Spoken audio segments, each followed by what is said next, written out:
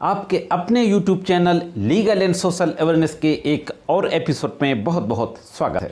मैं करीम अहमद सिद्दीकी एडवोकेट। कैसे आप सब लोग? उम्मीद करता हूं कि आप सभी लोग स्वस्थ होंगे और अच्छे होंगे। साथियों, फर्दर इन्वेस्टिगेशन यानी अग्रिम विवेचना, जिसको री इन्वेस्टिगेशन पुनः विवेचना भी आम भाषा में लोग कह देते हैं, तो फर्दर इन्वेस्टिगेशन पर समय समय पर हाई कोर्ट्स और सुप्रीम कोर्ट के अलग अलग जजमेंट आते रहे हैं। कभी किसी जजमेंट पे ये कहा गया कि चार्जशीट आने के बाद फर्दर इन्वेस्टिगेशन नहीं हो सकता, तो किसी फैसले में ये कहा गया कि चार्जशीट आने के बाद भी, कॉग्निजेंस लेने के बाद भी फर्दर इन्वेस्टिगेशन हो सकता है। कुछ मामलों में तो यहाँ तक कहा गया कि इवन चार्ज बनने के बाद केस जब एविडेंस में फिक्स हो जाता है, इसके बाद भी फर्दर इन्वेस्टिगेशन का ऑर्डर किया जा सकता है। कभी ये आया कि मजिस्ट्रेट के द्वारा फर्दर इन्वेस्टिगेशन का ऑर्डर हो सकता है, पुलिस अधिकारी के द्वारा फर्दर इन्वेस्टिगेशन का ऑर्डर नहीं किया जा सकता।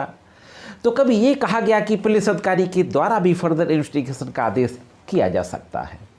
फर्दर इन्वेस्टिगेशन के संबंध में मेरे जो कई वीडियोस हैं, मैं समय समय पर इन सारे जजमेंट्स पर वीडियो लेकर के आता रहा हूँ।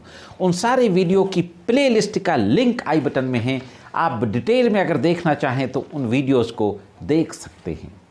अभी 30 सितंबर 2024 को फर्दर इन्वेस्टिगेशन को लेकर ही सुप्रीम कोर्ट के द्वारा एक और महत्वपूर्ण जजमेंट दिया गया है। हाँ दोस्तों, बहुत ही ज़बरदस्त एक लैंडमार्क जजमेंट आया है।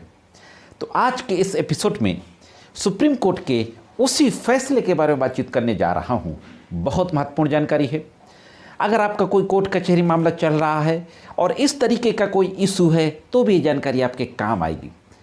अगर आपने अभी कचहरी ज्वाइन की है, आप जूनियर एडवोकेट हैं या आप लॉ स्टूडेंट्स हैं, आप किसी भी तरीके की जुडिशरी के एग्जाम्स की प्रिपरेशन कर रहे हैं, तो भी ये वीडियो आपको देखना चाहिए। ये जो जानकारी इस वीडियो में मिलेगी बहुत ही काम आएगी आपके। तो साथियों, जुड़े रहे आखिरी तक। देखते हैं कि इस संबंध में सुप्रीम कोर्ट जो केस पहुंचा था उसके फैक्ट क्या थे और फाइनली सुप्रीम कोर्ट के द्वारा किस तरीके का आदेश पारित किया गया।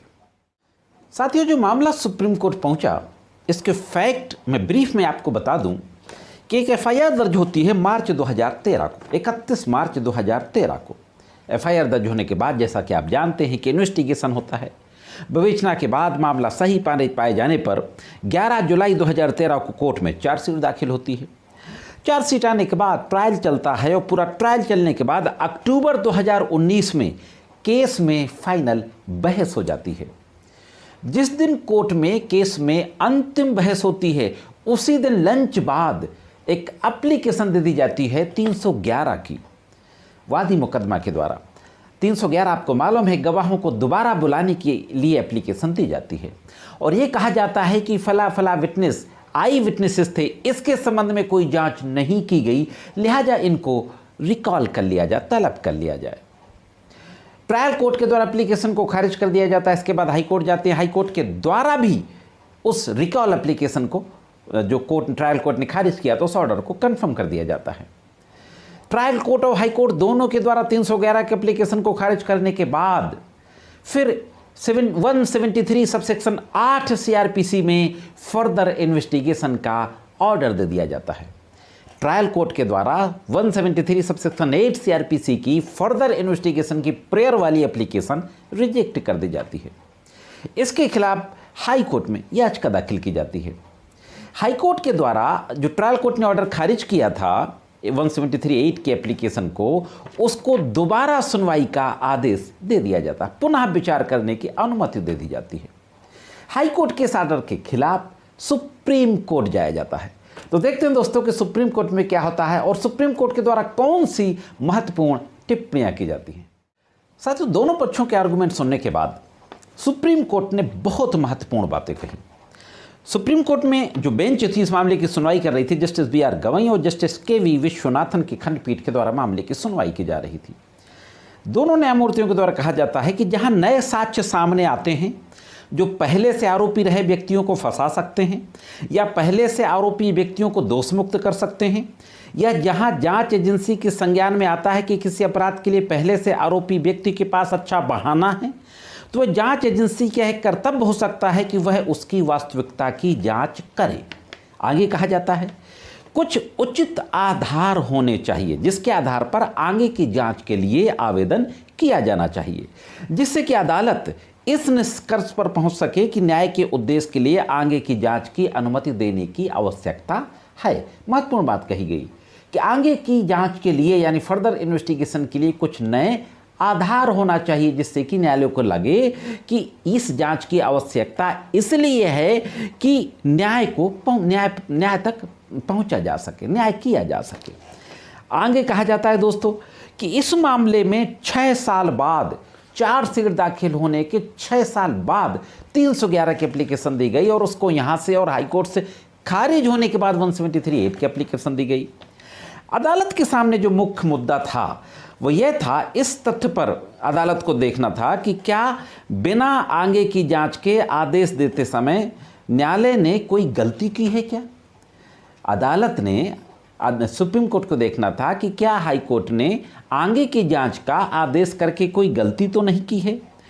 दूसरा यह देखना था कि जांच करते समय क्या कोई नया ग्राउंड था कि नहीं था।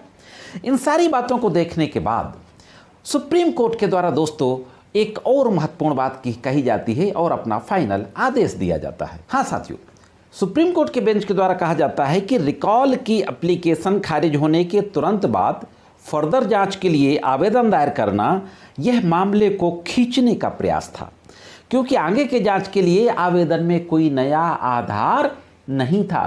फर्दर इन्वेस्टिगेशन के एप्लीकेशन में कोई नया ग्राउंड नहीं था।